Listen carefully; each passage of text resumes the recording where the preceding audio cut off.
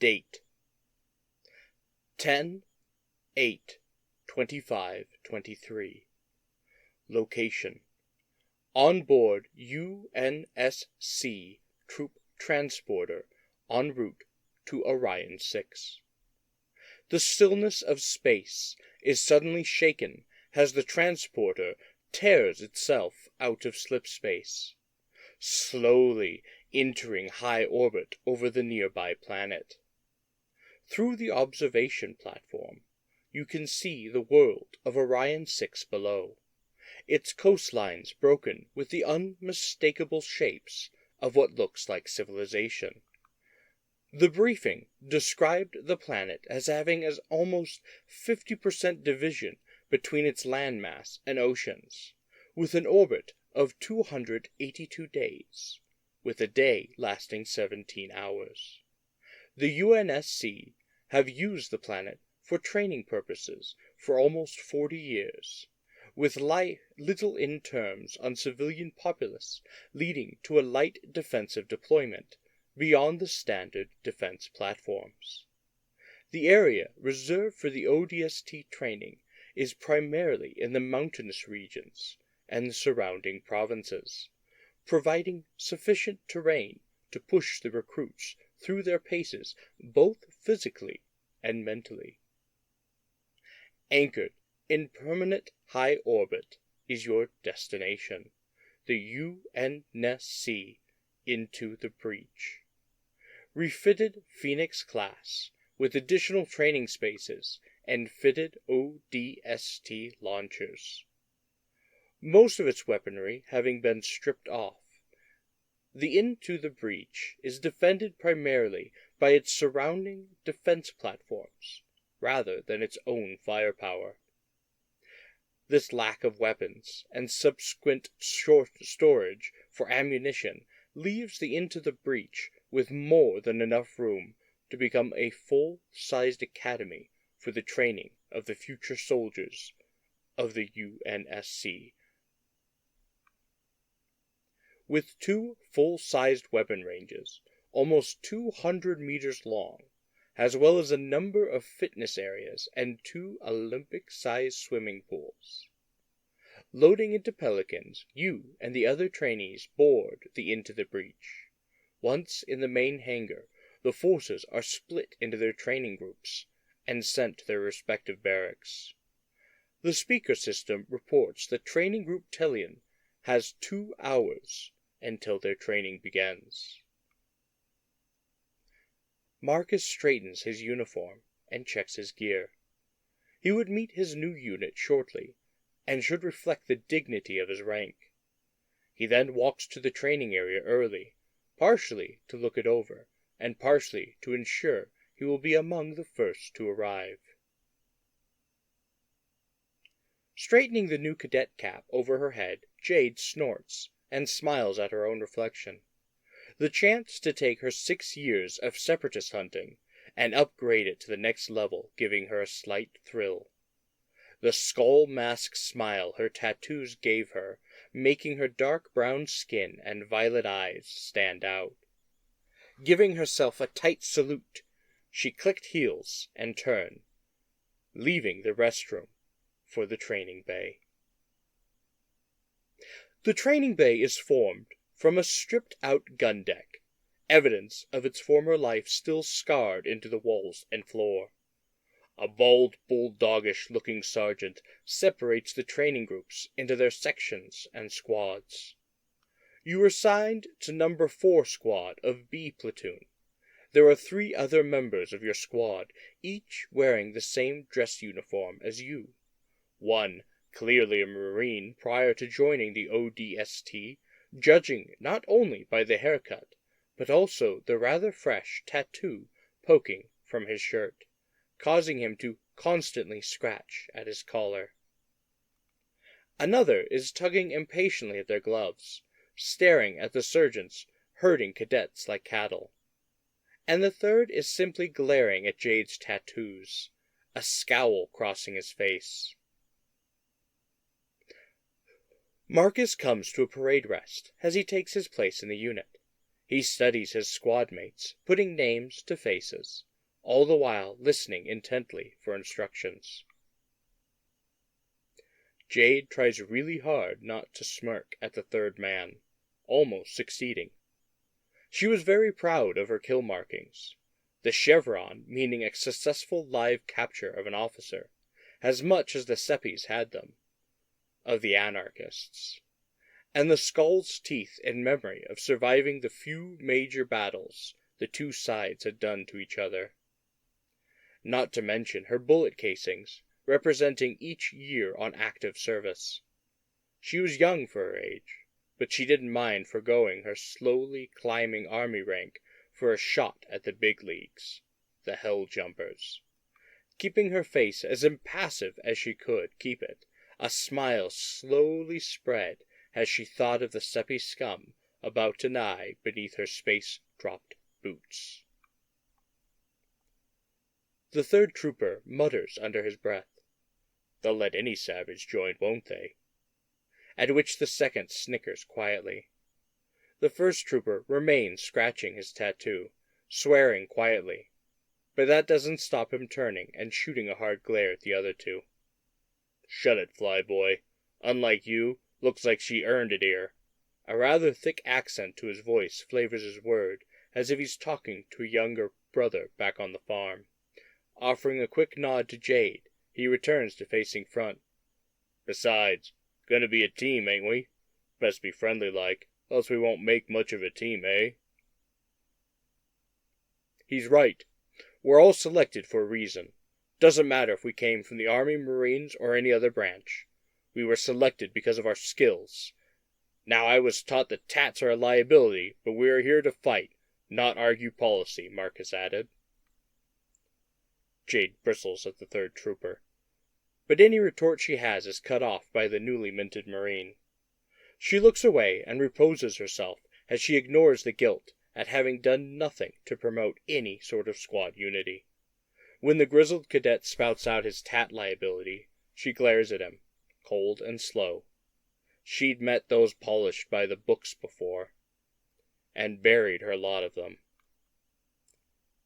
The squad bickering is cut silent at the bellow of "Attention!" from their front. The bulldog-like sergeant marches up to them, a slight limp on his right leg hinting at the reason he's now a drill sergeant. "Right, you awful lot! Form into a straight line! Names and service numbers!" He scowls at every one of you, a large scar crossing over his brow. "Biggin, you first!" The Marine then stands to attention. "Trooper James Barnett, Sergeant. Service number 8795189. The sergeant smiles a little, if you could call it a smile. "Marine?" 75th Sergeant. "Yeah, I was 82nd. Always good to see another like." "Hoorah!" "Hoorah, Sergeant." The large trooper smiles a little. "You!" The sergeant then points to Marcus. Marcus then snaps to attention, his salute crisp and formal. "Marcus Wolf, 2521779. The sergeant looks him up and down, returning to his harsh scowl. "What's your story, then? Army, I guess." "Sir, yes, sir." "What unit?" The sergeant rests his hand on the ODST helmet attached to his belt. It, like the rest of his armor, is rather poorly painted red, most likely done by hand, with a death's head motif etched into the extra armor plating above the visor. 13th Ranger Group, and heavyweight boxing team, sir." "Don't call me sir, I work for a living," muttered the sergeant as he looks over Marcus once more. All right. Aye, trooper."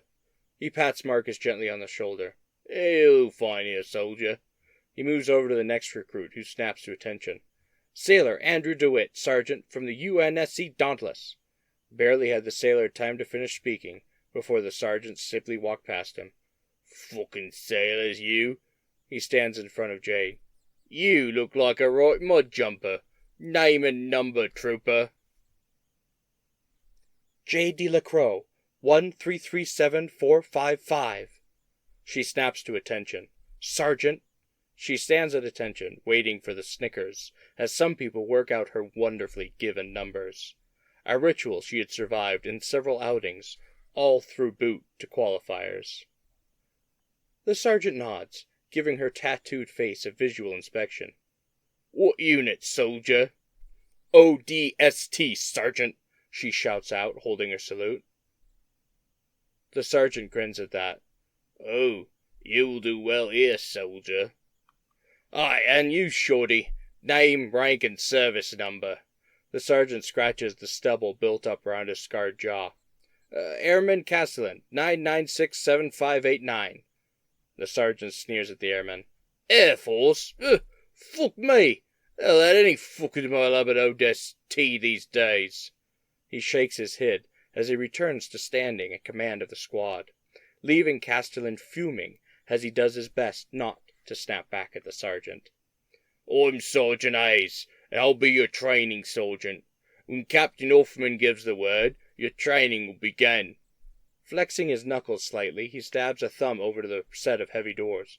"When Training Group Halcyon's called, move to the area for your section, Squad 4 B Platoon.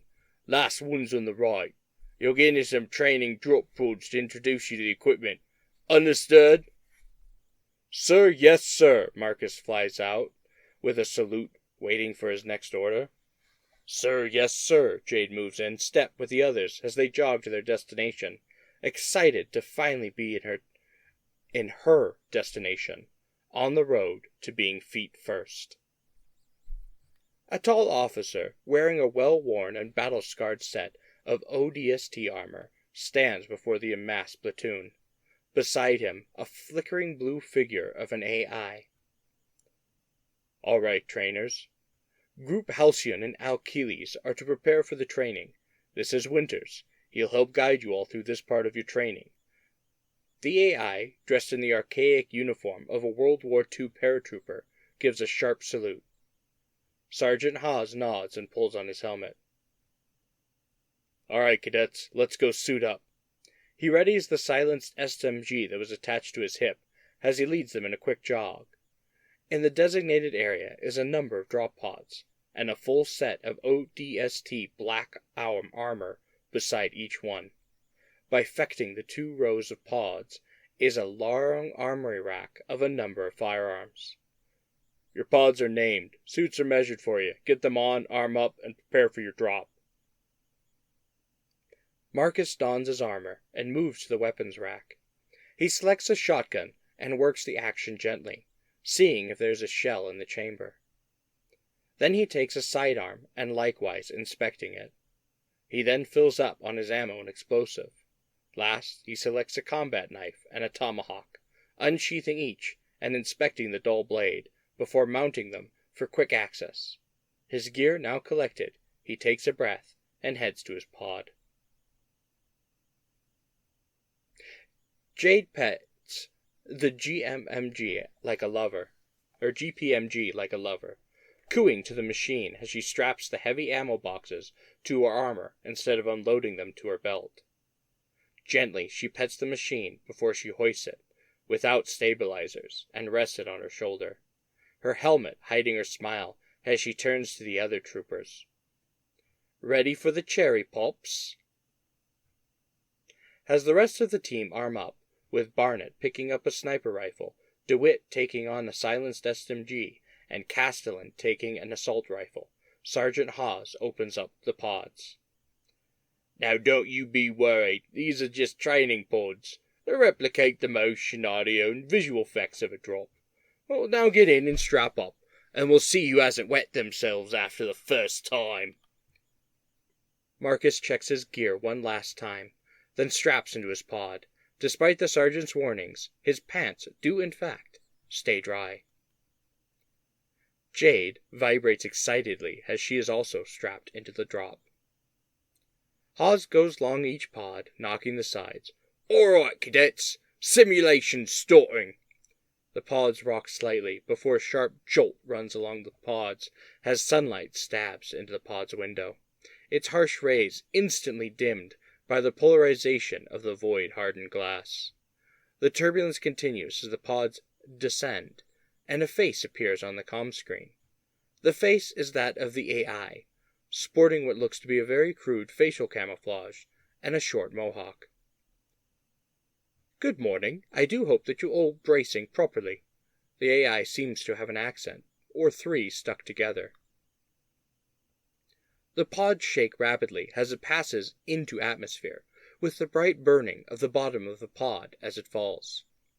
You might want to hold on to your teeth, Slugger. This'll be a jolt, smiles the AI, as the pods lurch heavily, the speed arresters unfurling to bring the pod to a safer speed. Marcus braces himself for impact and readies to emerge from the pod once it hits. Jade smiles at the artificial rush, holding tight like she was told to do in training hall in the handed material, making sure her mouth is securely set on the mouthguard to protect her teeth and gums from the sudden jar. As the pods rock and begin turning, Jade starts to notice something is unusual. Everything looks and feels almost too real, as if it wasn't a simulation at all. Almost on cue with this revelation, the arresters eject from the pods as they make their final stretch of the drop. She grunts at the arresters, her stomach beating itself on the roof of her mouth. The sims are much more real since basic. She looks around at the pod's monitors as she plummets in the sim. If I were them, I would launch a real pod into a training area. We're all veterans, so there's little chance we break our necks. Anyone else check to see if our ammo was alive or not? Marcus jokes. The AI appears on the screen once more. You better hold on tight for this bit, as the pods are about to hit the ground. The pods simulate smashing to the ground with a deafening sound, as each door fires open and the occupants charge out. You all hear over your earpieces the voice of the captain.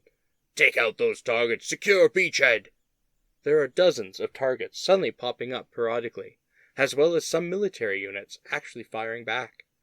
Marcus is knocked about as he lands, leaving him on the off foot as he exits the pod, while Jade was able to properly brace for the landing. Unfortunately, not all of your squad mates feared as well, the Navy crewman unfortunately rendering herself unconscious within his pod.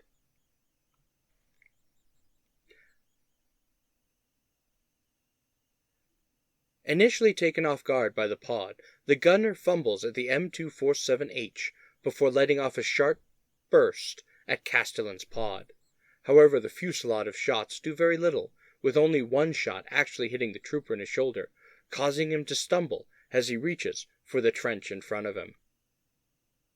As the pod opens, Barnett instantly snaps his sniper rifle and fires a shot towards the distant Marine carrying another.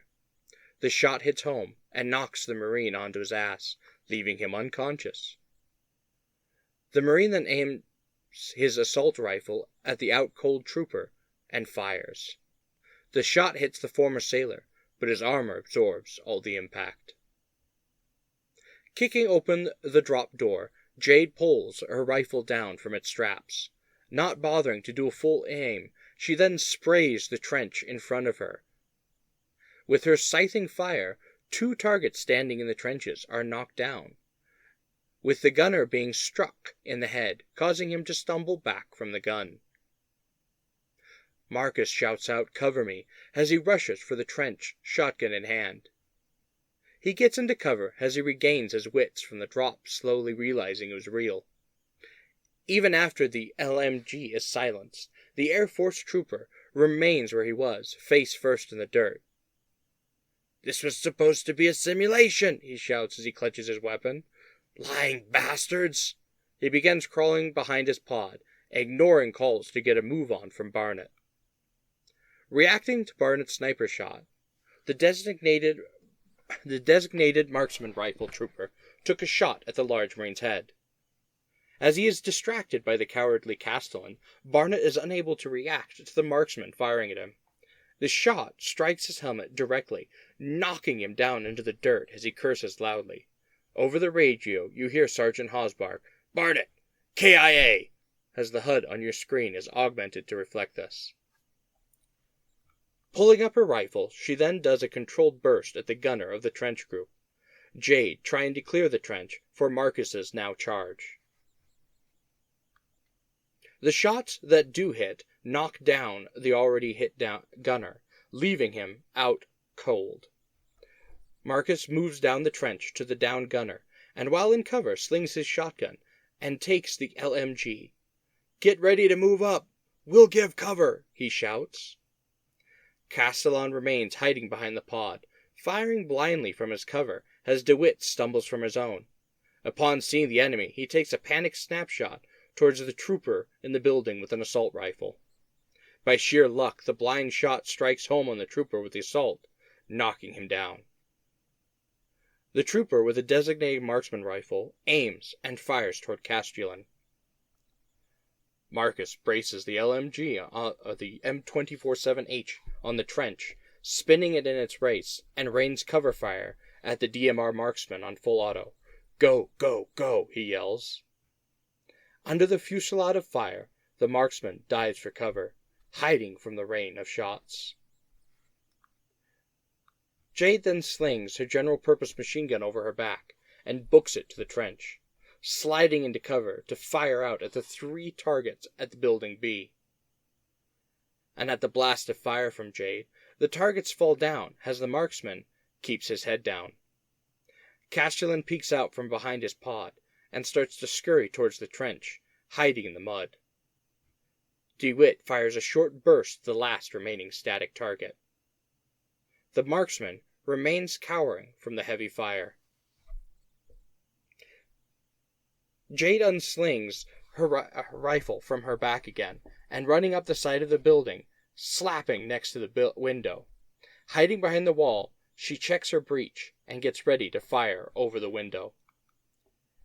DeWitt stumbles beside her, rubbing his head.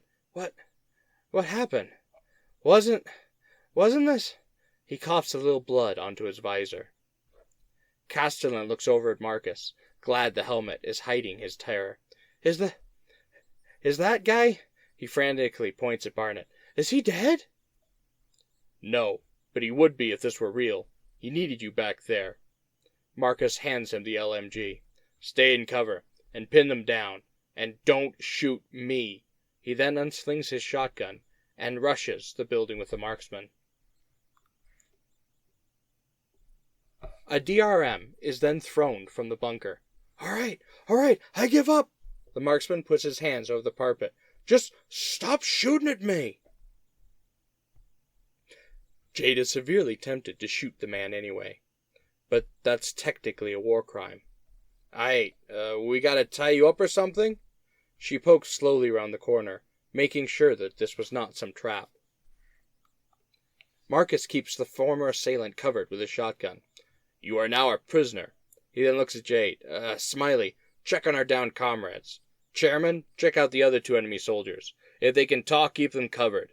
If they can, tie them up with their bootlaces or belts. He then looks back at his prisoner. Now can you tell me about the area here? The marksman looks at him like he's an idiot. Dude, all I know is I'm part of your training. Ask your sergeant. DeWitt, guessing that chairman meant him, nods, and checks up on the other 2 Marines. The assault rifle Marine is busy rubbing the spot on his head where DeWitt got in his lucky shot, while the gunner is rolling in the mud, muttering in agony at the hits. Stone Cold, go check on Jarhead since you're closer. Besides, I hear Navy's close to that nonsense Marine speak anyway. Smiley, go check on the other bad guys, and remember, no excessive force. Chairman, was this your first fight on the ground? Marcus then speaks out. DeWitt looks around. Am I stone cold? Okay. He jogs over to the groaning Barnett. The large Marine is leaning against his pod, nursing a bust lip from the sniper shot. Effing coward, snarls the Marine as he spits a glob of blood on the floor. Chairman refuses to respond to Marcus, muttering to himself about those lying officers. Jade smacks the back of Chairman's head as she walks past. Welcome to the jumpers, chairs. Might as well listen to Boss. Pretty sure he's used to outranking us. She squats next to the rolling gunner. Sorry for so many shots. Had to make sure you were down. She smiles embarrassed as she helps the trainer up. Okay, team, let's gather the prisoners. Now let's keep them covered, just in case our instructors have any cute ideas. Marcus walks up to the airman. You and I need to have a chat. Come with me to that building. Marcus extends his hand to help the airman up. Barnett then pulls himself up with the help of DeWitt, and begins storming towards the airman. "Where's that yellow little shit?" Blood running down from his mouth, splattering as he shouts. The gunner then smirks at Jade. "Yeah, just try to not to unload a full burst next time, eh?" Helping to gather the other trainers, Jade steps between Barnett and Chairman. "Hey, thanks for the cover." She extends her hand out for a handshake. Marcus grabs the airman's arm and pulls him up. "Come with me, buddy. Let's get out of earshot for a while." Marcus turns his head to the Marine. "Jarhead, you did good. I want a word with you next." Marcus then tries to move the airman to a more private setting. The remaining trainers are all sitting in the trench, lighting cigarettes, and offering some to the cadets. Barnett slips into a firing step and takes one of the cigarettes, and starts smoking to calm himself down. He looks up at Jade and shakes her hand. "Yeah, any time." DeWitt, sighing in relief at not having to restrain the larger Marine, sits onto the firing step too, removing his helmet and wiping the sweat from his brow. "Oh, fuck, they don't do things by half here." Castellan is essentially dragged into the bunker by Marcus. "The fuck do you want?" He throws his helmet on the ground. "It's not my fault that dumb cousin fucker got hit."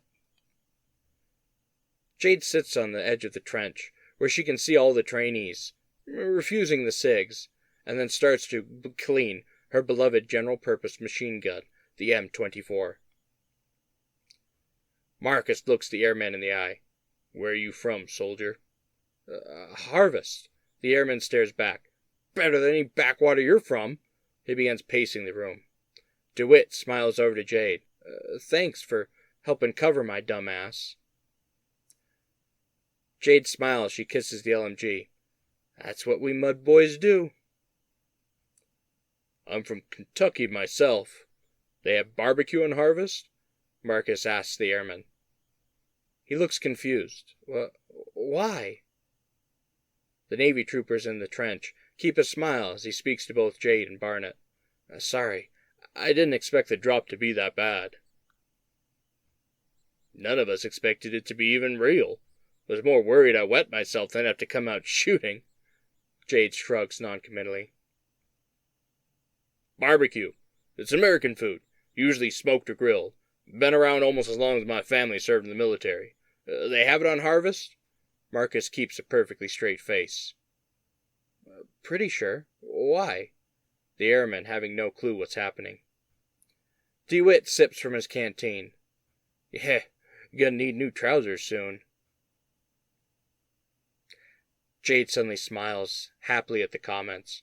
Oh my, that was a rush." "Trick is good in brisket out here.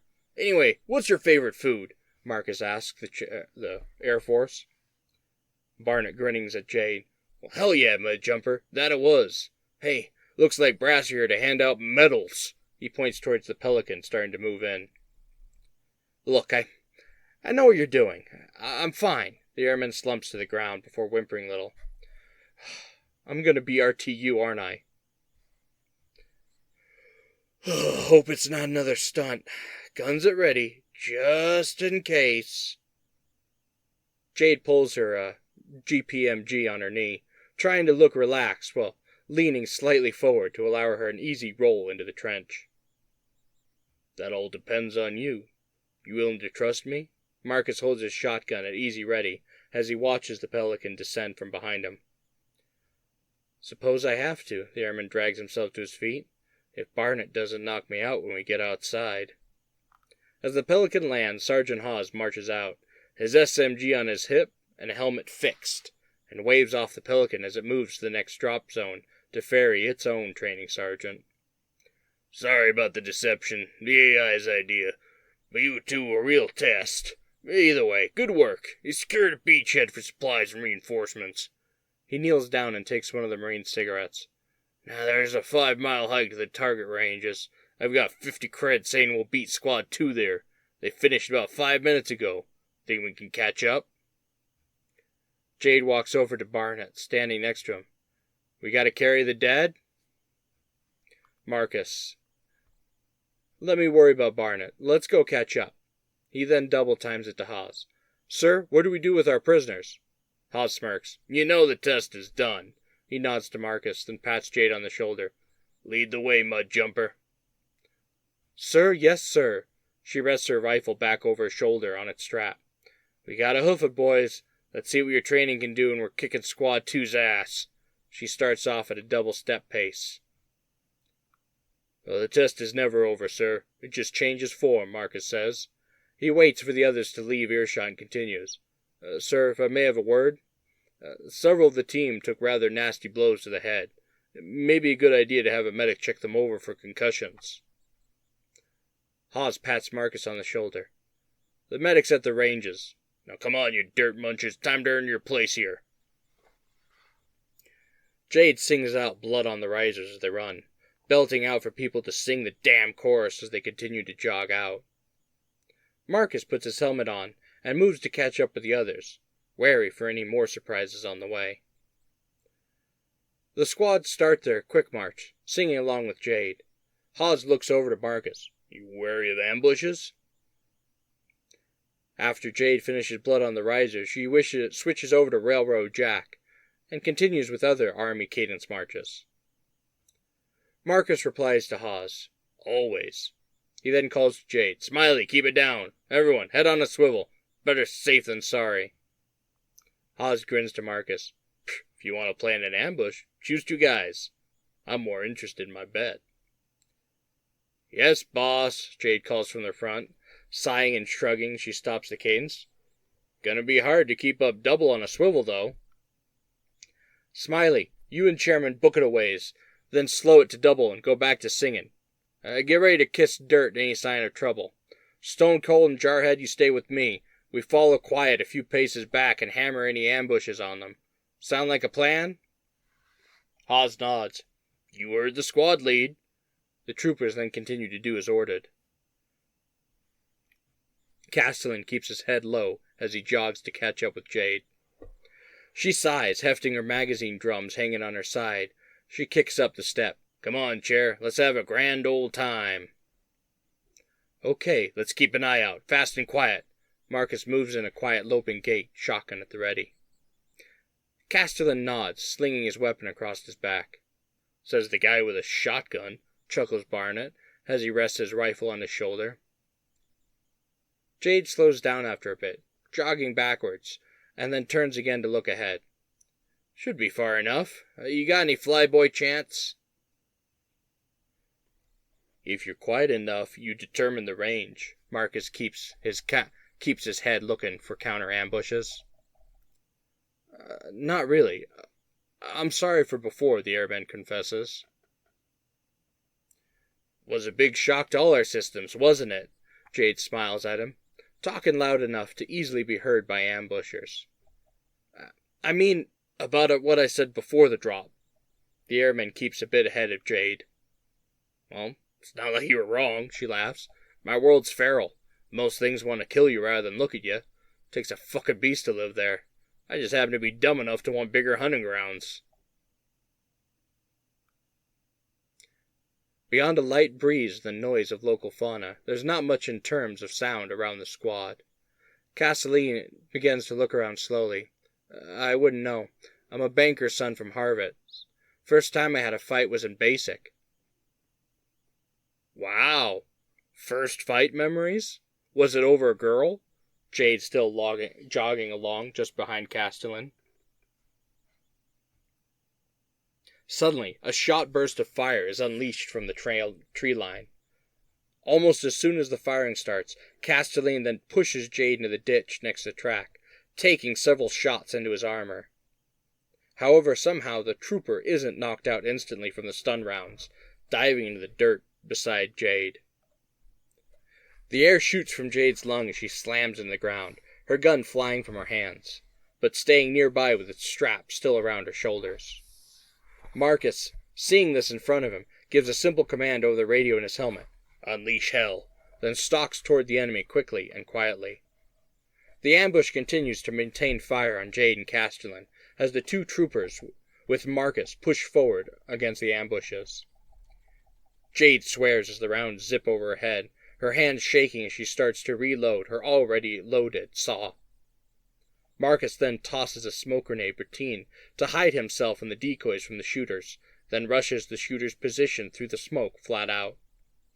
The firing becomes more sporadic as the smoke starts to cover the field. Chairman edges out of the ditch and begins laying covering fire for Marcus's team. Jade breathes deep, noticing the ammo rounds littering around her. Damn.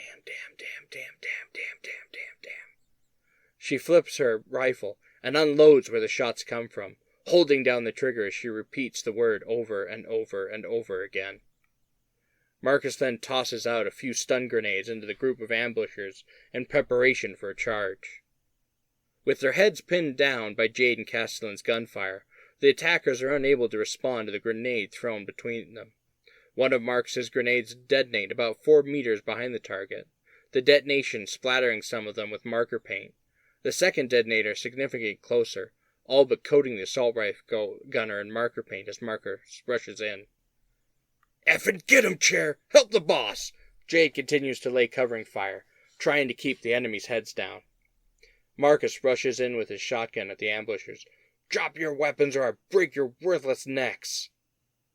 The unlucky assault rifle trooper took a shot straight to the chest as he tried to wipe clean his visor, knocking him down onto his ass. As Marcus reaches the rest, they throw down their arms and surrender. "Massey, Squad 2, declared the trooper with the SMG. "Sergeant West ordered us to set up an ambush here." Haas chuckles to himself, having followed the squad but not involving himself with the actions. "He does know the bet requires the full squad to be there. Tie him up. Let's double time it." Jade knocks the dirt off of her helmet as she slaps Chair on the back. "Nice senses, Chair." Pulling out some cord, she helps hogtie the ambushing squad. "When you got the advantage, though, never let up. Push." She pats him on the helmet before reloading her LMG. "Move on ahead. I'll catch up." Marcus then uses tape to help tie up the rest of the prisoners. Hawes wades forward the squad. "Double time it then, trooper." Castellan smiles slightly at this, rubbing his shoulder where he was hit by Jade. "I don't know what I've been told. Helljumper's life never gets old." Jade belts out as she starts jogging again, not quite as excitedly as before. After tying up the ambushers, Marcus moves to catch up with the others. At the rally point, you can see one other, rather exhausted cadet, and an equally smug-looking training sergeant. "My squad got here first," the sergeant smirked, clearly to mock Hawes. "Didn't you know they were only given one cadet to train? But as you can see, my entire squad is here, so I can win."